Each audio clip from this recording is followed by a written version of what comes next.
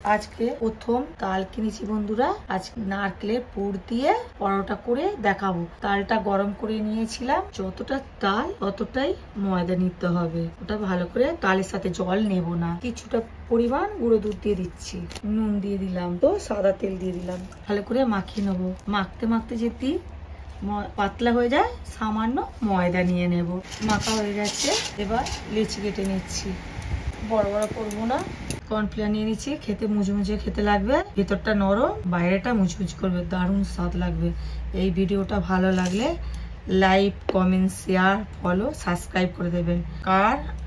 ভালো লাগলে কারো পরোটাটা যদি ভালো লাগে আমাকে কমেন্টে জানাবেন। পাতলা পাতলা করে বেলে নিয়েছি।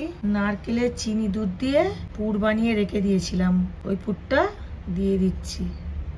এইভাবে চাপা দিয়ে দিচ্ছি, ইটের ডিজাইন করে নেব। ভালো করে চেপে নিচ্ছি, এইভাবে চেপে চেপে নিচ্ছি।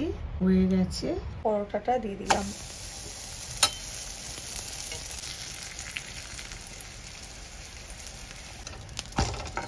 তেল দিয়ে দিলাম।